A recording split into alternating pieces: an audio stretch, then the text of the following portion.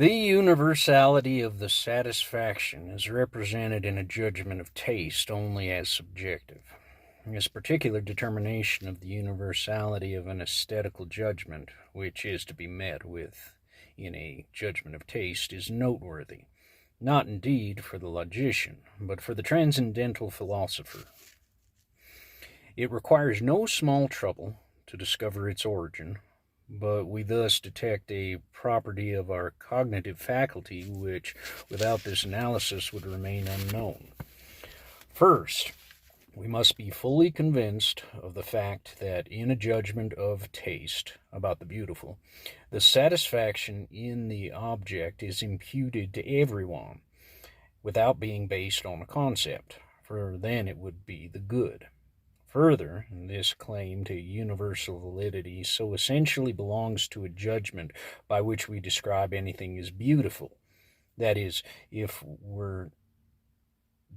this were not thought in it, it would never come into our thoughts to use the expression at all. But everything which pleases without a concept would be counted as pleasant. In respect of the latter, everyone has his own opinion, and no one assumes in another agreement with his judgment of taste, which is always the case in a judgment of taste about beauty.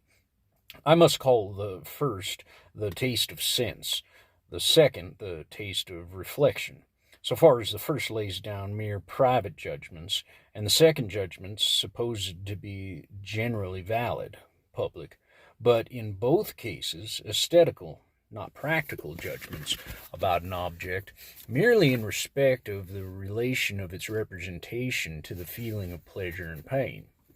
Now here is something strange. As regards the taste of sense, not only does experience show that its judgment of pleasure or pain connected with anything is not valid universally, but everyone is content not to impute agreement with it to others, although actually there is often found a very extended concurrence in these judgments. On the other hand, the taste of reflection has its claim to the universal validity of its judgments about the beautiful rejected often enough, as experience teaches, although it may find it possible, as it actually does, to represent the judgments which can demand this universal agreement. In fact, it imputes this to everyone for each of its judgments of taste, without the persons that judge disputing as to the possibility of such a claim, although in particular cases they cannot agree as to the correct application of this faculty. Here we must, in the first place, remark that a universality which does not rest on concepts of objects, not even on empirical ones, is not logical but aesthetical, i.e., it involves no objective quantity of the judgment, but only that which is subjective. For this, I use the expression general validity, which signifies the validity of the reference of a representation not to the cognitive faculty, but to the feeling of pleasure and pain for every subject. We can avail ourselves also of the same expression for the logical quantity of the judgment, if only we prefix objective to the universal validity, to distinguish it from that which is merely subjective and aesthetical. The judgment with objective universal validity is also always valid subjectively, i.e., if the judgment holds for everything contained under a given concept, it holds also for every one who represents an object by means of this concept.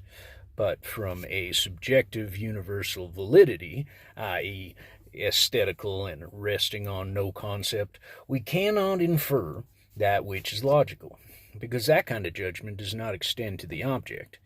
But therefore, the aesthetical universality which is ascribed to a judgment must be of a particular kind, because it does not unite the predicate of beauty with the concept of the object, considered in its whole logical sphere, and yet it extends it to the whole sphere of judging persons. In respect of logical quantities, all judgments of taste are singular judgments, for because I must refer the object immediately to my feeling of pleasure or pain, and that not by means of concepts, they cannot have the quantity of objective, generally valid judgments. Nevertheless, if a singular representation of the object of the judgment of taste, in accordance with the conditions determining the latter, were transformed by comparison into a concept, a logically universal judgment could result therefrom. E.g., I describe by a judgment of taste the rose that I see as beautiful, but the judgment which results from the comparison of several singular judgments, roses in general are beautiful, is no longer described simply as aesthetical, but as a logical judgment based on an aesthetical one. Again, the judgment, the rose is pleasant to use, is, although aesthetical and singular, not a judgment of taste, but of sense. It is distinguished from the former by the fact that the judgment of taste carries with it an aesthetical quantity of universality, i.e., a validity for everyone, which cannot be found in a judgment about the pleasant. It is only judgments about the good which, although they also determine satisfaction in an object, have logical and not merely aesthetical universality, for they are valid of the object as cognitive of it, and thus are valid for everyone. If we judge objects merely according to concepts, then all representation of beauty is lost. Thus, there can be no rule according to which anyone is to be forced to recognize anything as beautiful.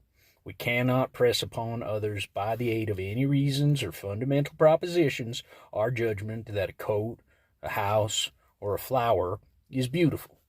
People wish to submit the object to their own eyes, as if the satisfaction in it depended on sensation.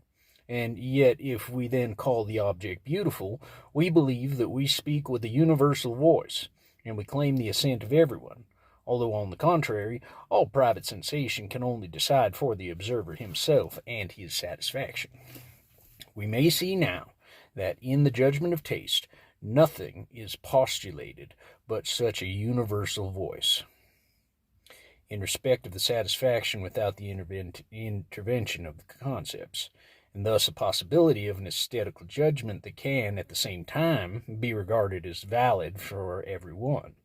The judgment of taste itself does not postulate the agreement of everyone, for that can only be done by a logically universal judgment, because it can adduce reasons. It only imputes this agreement to everyone as a case of the rule in respect of which it expects, not confirmation by concepts, but assent from others. The universal voice is, therefore, only an idea.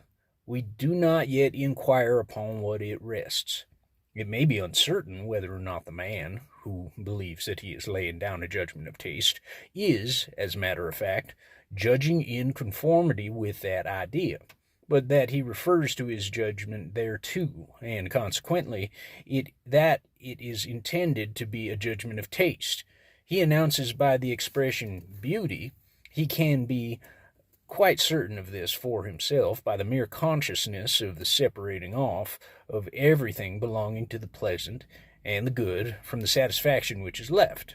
And this is all for which he promises himself the agreement of everyone, a claim which would be justifiable under these conditions, provided only he did not often make mistakes, and thus lay down an erroneous judgment of taste.